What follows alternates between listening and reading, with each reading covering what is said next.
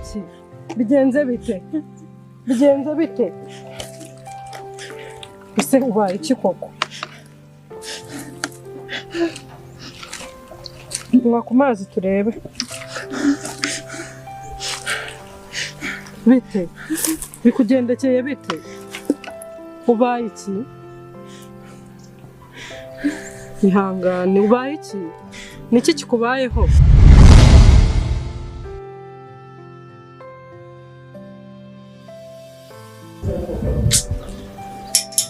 Ahubwo kumva n'umukobwa nzakureye nimero ye. Umuntu akugirira neza ariko mfite ibisazi byanteye ku buryo ntafashe nimero y'uyu mwana w'umukobwa rwose.